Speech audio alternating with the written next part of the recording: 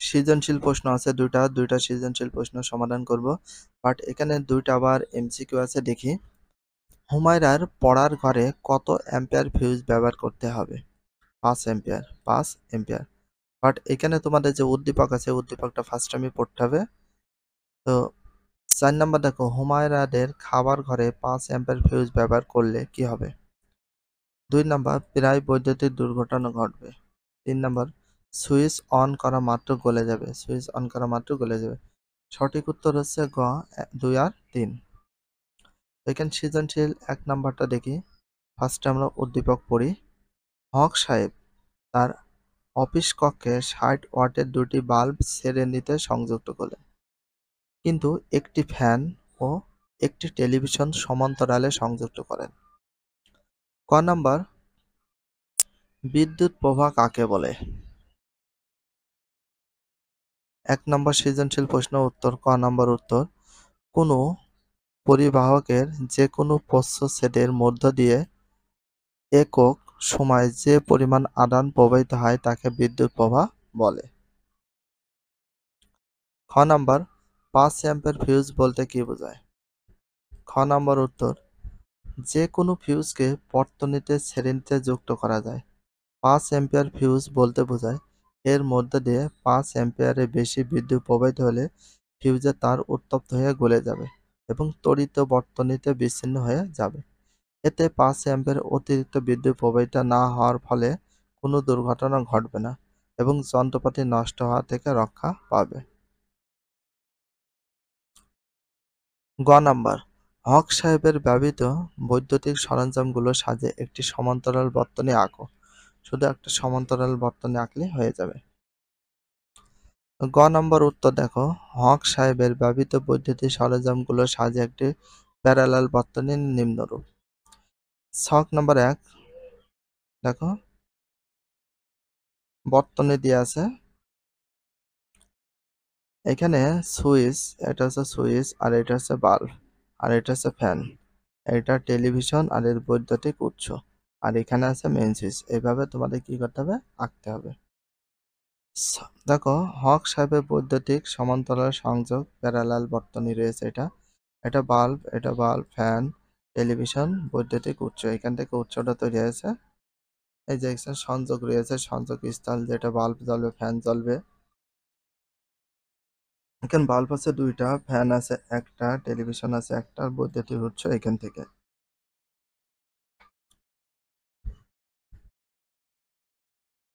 ঘ নাম্বার, বর্তনী দুটির মধ্যে কোনটি বেশি সুবিধাজনক তুলনামূলক আলোচনা করে মতামত দাও। এখানে 2টা বর্তনী দেখা যাচ্ছে, 2টার ভিতরে কোনটা সুবিধাজনক সেই সম্পর্কে আলোচনা করতে বলা হয়েছে। ঘ নাম্বার উত্তর, হক সাহেবের সিরিজ ও সমান্তরাল সংযোগ বর্তনীর তুলনা নিম্নরূপ। বর্তনী দুটির মধ্যে সমান্তরাল বর্তনী বেশি সুবিধাজনক, কারণ সমান্তরাল বর্তনীতে সবগুলো বৈদ্যুতিক সরঞ্জাম আলাদাভাবে বিদ্যুৎ উৎসের সাথে সংযুক্ত থাকে, ফলে তাদেরকে পৃথকভাবে অন অফ করা যায়। সমান্তরাল সংযোগ ফ্যান, টেলিভিশনকে পৃথকভাবে চালানো সম্ভব এবং একটি নষ্ট হলেও অপরটি চালানো যাবে, কিন্তু দুটি বাল্ব সিরিজের সংযুক্ত থাকার কারণে এদের একটিকে বন্ধ রেখে অপরটি অন করা সম্ভব নয়। আবার একটি বাল্ব সংযুক্ত থাকলে যত উজ্জ্বলভাবে জ্বলত, দুটি বাল্ব সিরিজে যুক্ত করার ফলে তার থেকে কম উজ্জ্বলভাবে জ্বলবে। সবচেয়ে বড় অসুবিধা হলো একটি বাল্ব নষ্ট হলে আরেকটি জ্বলবে না। ভাই সরি তাই প্যারালাল বর্তনী ব্যবহার করাই বেশি সুবিধাজনক।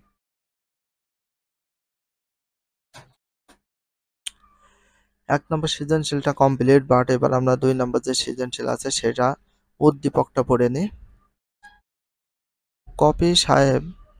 কাফি সাহেবের বাসার বৈদ্যুতিক বর্তনীতে ইদানিং প্রায় ছোটখাটো সমস্যা দেখা দিচ্ছে, যেমন সুইচ অন করার সময় শক লাগা, বাল্ব ফিউজ হয়ে যাওয়া ইত্যাদি।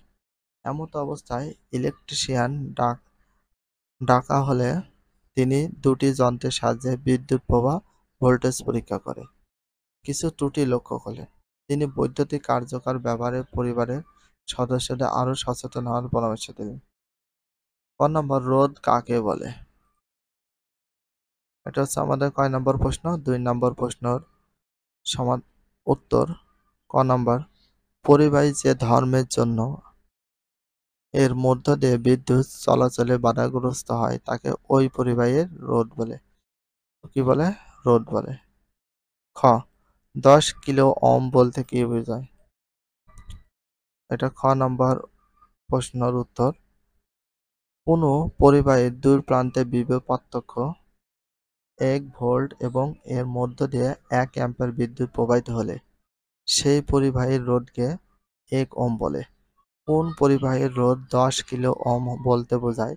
পরিবাহীর দুই প্রান্তের বিভব পার্থক্য 10 কিলো ভোল্ট হলে এর মধ্য দিয়ে প্রবাহিত তড়িৎ মাত্র 1 অ্যাম্পিয়ার হবে।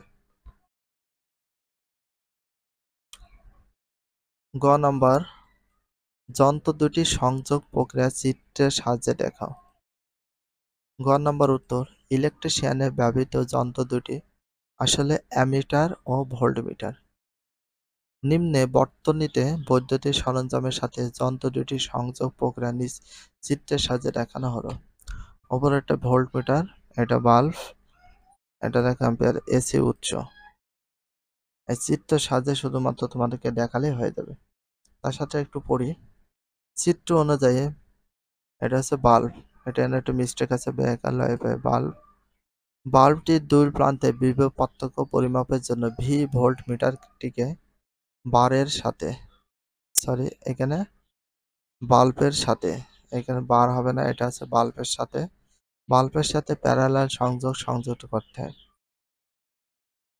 সরি, এটা হচ্ছে লিখবো, বাল্বের ভিতর দিয়ে প্রবাহিত বিদ্যুৎ পরিমাণ মাপতে হলে একটি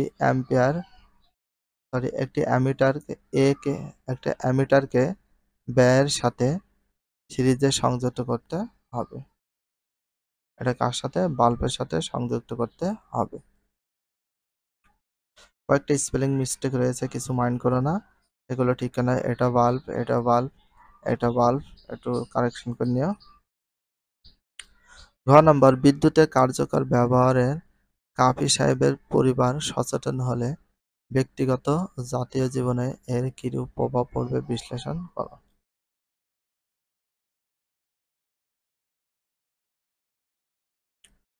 ঘ নম্বর উত্তর, বিদ্যুতের কার্যকর ব্যবহারে কাফি সাহেবের পরিবার সচেতন হলে ব্যক্তিগত জাতীয় জীবনে এর গুরুত্বপূর্ণ প্রভাব পড়বে।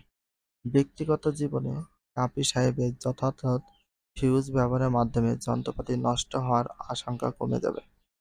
বড় ধরনের দুর্ঘটনার সম্ভাবনা কমে আসবে।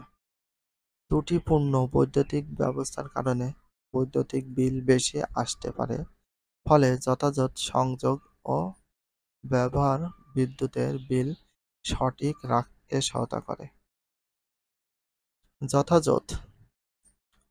যথাযথ সংযোগ ব্যবহারের মাধ্যমে বিদ্যুতের অপচয় রোধ করা যাবে, ফলে জাতীয় পর্যায়ে শক্তির অপচয় কম হবে।